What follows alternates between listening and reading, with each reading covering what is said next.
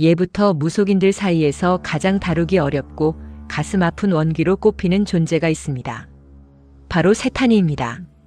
이름만 들어도 아릿한 이 이름 뒤에는 차마 눈을 감지 못한 어린 영혼의 울음소리가 숨어 있습니다. 옛날 끼니조차 잊기 어렵던 그 시절을 기억하시나요? 세탄이는 바로 그렇게 모진 가난 속에서 혹은 부모의 외면 속에서 배를 줄이다 채 피지도 못하고 져버린 아이들의 너클 말합니다. 먹을 것이 없어 손가락을 빨다 기운이 다해 죽어간 아이들. 그 어린 것들의 뱃속에 남은 건 오직 시커먼 한뿐이었습니다. 이 아이들은 죽어서도 저승으로 가지 못합니다. 텅 빈 배를 채워줄 온기를 찾아 이승을 떠돌죠. 그러다 신기가 있는 무당의 몸주로 스며들게 되는데 이때부터 기괴한 일들이 벌어집니다. 세탄이가 쉬면 무당의 목소리부터 변합니다. 어른의 목소리는 사라지고 난데없이 어린아이의 가늘고 날카로운 휘파람 소리가 들리기 시작하죠. 새가 지저귀는 소리 같다 하여 세탄이라 불리지만 그 소리를 직접 듣는 이들은 온몸에 털이 곤두서는 공포를 느낍니다.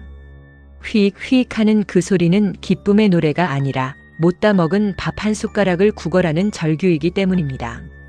더 소름 끼치는 것은 무당의 행동입니다.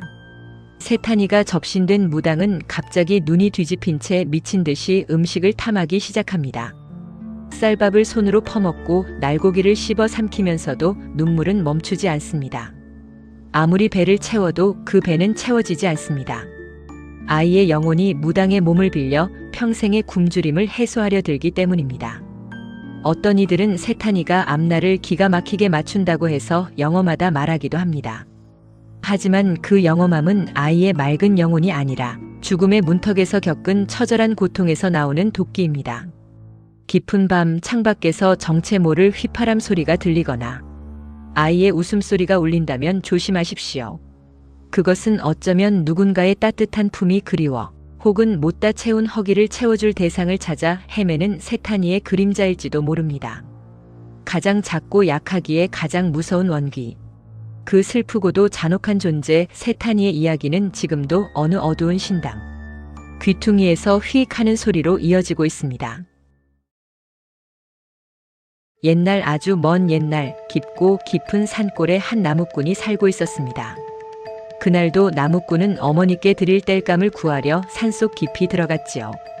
그런데 갑자기 뒤쪽에서 어흥 하고 천지를 울리는 호령이 들리는 게 아니겠습니까?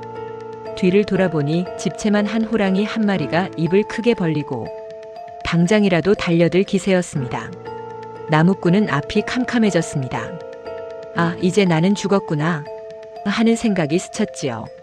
하지만 그 찰나에 나무꾼의 머릿속에 기막힌 꾀 하나가 떠올랐습니다. 나무꾼은 바들바들 떨던 몸을 멈추고 갑자기 땅바닥에 넙죽 엎드려 대성통곡을 하기 시작했습니다. 아이고 형님, 이제야 뵙게 되는군요. 형님 보고 싶었습니다. 호랑이는 어안이 벙벙했습니다. 잡아먹으려던 놈이 갑자기 형님이라 부르며 운이 기가 찰 노릇이었죠. 이놈아, 내가 왜 내 형님이냐? 호랑이가 으르렁대며 묻자 나무꾼은 눈물 콧물을 닦으며 말을 이어갔습니다.